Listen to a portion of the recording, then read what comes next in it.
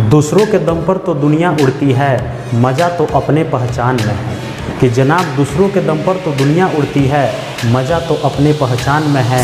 और मेरे उड़ान पर जलने वालों, तुम्हारी जगह हमारी गली के कूड़ेदान में है। हेलो फ्रेंड्स, मैं आपका अपना राहुल सर स्वागत करता हूं अपने इस YouTube channel science by Rahul sir PCB में।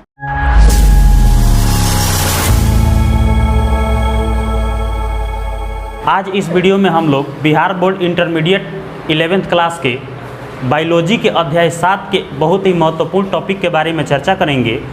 तो हम लोग एक सीरीज शुरू किए हैं जिसमें अध्याय 7 का एक मेन टॉपिक था कुछ प्रमुख जीव जंतुओं का परिचय, मतलब कि कुछ प्रमुख जीव जंतुओं में कैसे श्वसन होता है, कैसे पाचन होता है, उसको किस संघ में रखा गया है।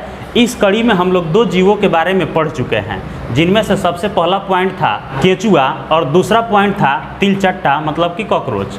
अगर आपने वह वीडियो अभी तक नहीं देखा है तो लिंक डिस्क्रिप्शन में है, जाकर तुरंत देखें। आज हम लोग इस वीडियो में समझेंगे तीसरे नंबर पॉइंट, जो कि है मेढक। तो आज हम लोग मेढक से जुड़ी जितनी भी महत्वपूर्ण जानकारियां हैं उन सबको एक एक करके विस्तार पूर्वक समझने का प्रयास करेंगे। तो सबसे पहले हम लोग जानेंगे कि मेढक का वैज्ञानिक नाम क्या होता है।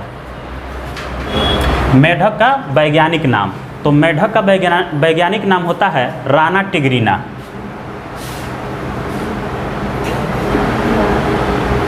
मेढक का वैज्ञानिक नाम क्या होगा? राना टिग्रिना। तो राना टिग्रिना ये क्या है? मेढक का वैज्ञानिक नाम है। वैज्ञानिक नाम उसको कहते हैं जिस नाम से सभी वैज्ञानिक इस जीव को जानते हैं। जैसे बहुत सारे जीव जंतु पाए जाते हैं धरती पर और उन सबका अलग अलग वैज्ञानिक नाम है। जैसे मानव का वैज्ञानिक नाम होता है होमो सेपियंस, गाय का वैज्ञानिक नाम होता है बोस इंडिकस, भैंस का वैज्ञानिक नाम होता है बोस बुबेलिस। तो इस तरह से जितने भी जीव जंतु हैं उन सबके अलग अलग वैज्ञानिक नाम होते हैं। ठीक वैसे ही मेढक का वैज्ञानिक नाम होता है राना टिग्रिना। तो मेढक को एम्फीबिया वर्ग के अंतर्गत रखा गया है।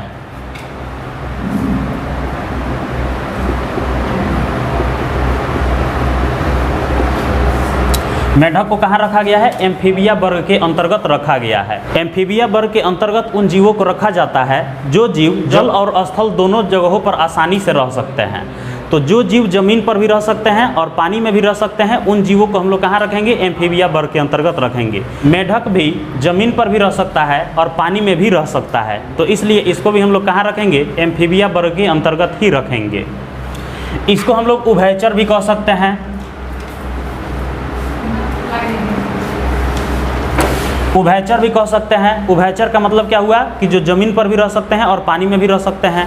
तो सिर्फ मेढक ही नहीं होगा उभयचर, मेढक के अलावा कछुआ हो सकता है, मगरमच्छ हो सकता है, सांप हो सकते हैं। तो इस तरह से जो जीव जमीन पर भी रह सकते हैं, पानी में भी रह सकते हैं, उसे वो क्या कहेंगे? उभयचर कहेंगे या एम्फीबिया वर्ग कहेंगे। अगर हम इसके प्रकृति की बात करें, मेढक की प्रकृति, तो यह होता है शीत रक्तीय। शीत रक्तीय का मतलब होता है कि जिन जीवों का जो ब्लड होता है वह कोल्ड होता है, जिनको हम लोग कहते हैं शीत रक्तीय। शीत का मतलब ठंडा और रक्तीय का मतलब रक्त अर्थात खून। तो जिन जीवों का जो शरीर का खून होता है वह ठंडा होता है, या जिन जीवों के शरीर का टेम्परेचर वायुमंडल के टेम्परेचर के अनुकूल बदलते रहते हैं, उनको हम लोग बोलते हैं शीत रक्तीय। ये तो हो गया किताबी भाषा से समझने का तरीका। लेकिन इसको समझने का आसान सा तरीका ये है कि जिस जीव को छूने पर हमें ठंडक महसूस होती है उसको हम लोग कह सकते हैं शीत रक्तीय प्राणी। जैसे आपके पैर के ऊपर से कभी सांप गुजरा होगा या मेढक कभी पैर के ऊपर चढ़ा होगा तो आप देखे होंगे कि ठंडा महसूस होता है। जिन जीवों का रक्त ठंडा होता है उसको हम लोग बोलते हैं शीत रक्तीय, और इंग्लिश में बोलते हैं कोल्ड ब्लडेड।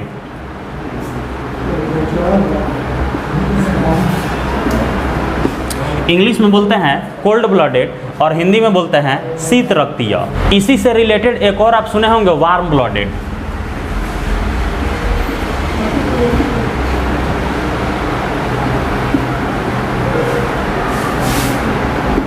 तो वार्म ब्लडेड किसको कहते हैं? जिन जीवों का शरीर का जो खून होता है वह गर्म होता है, उसको बोलते हैं वार्म ब्लडेड। मतलब कि जैसे आप गाय भैंस को अगर कभी टच किए होंगे तो उनका शरीर हमेशा गर्म रहता है। भैंस का छुए होंगे या गाय का या बकरी का या मानव का भी कभी कभी टच करेंगे तो क्या होगा? वह गर्म महसूस होगा। तो जिन जीवों का जो शरीर का खून होता है वह वह गर्म होता है, उसको हम लोग क्या कहेंगे, वार्म ब्लडेड कहेंगे। लेकिन हम लोग को समझना क्या है, शीत रक्तीय। तो मेढक जो होता है वह कैसा प्राणी है, शीत रक्तीय प्राणी है, इंग्लिश में बोलते हैं कोल्ड ब्लडेड। मेढक का जो शरीर होता है वह एक चिकनी और गीली त्वचा से ढका होता है।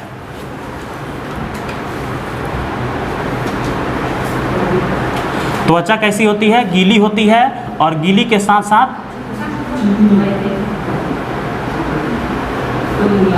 चिकनी और मुलायम भी होती है। किसका शरीर, मेढक का शरीर।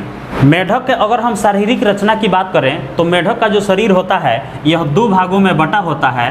पहला भाग होता है सिर और दूसरा भाग होता है धड़।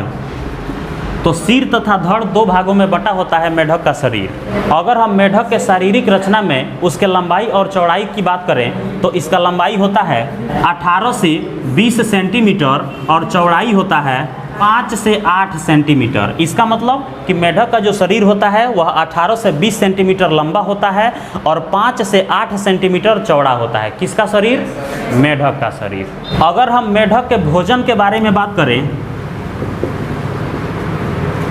तो मेढक अपने भोजन के रूप में छोटे छोटे कीड़े मकोड़े को खाते हैं।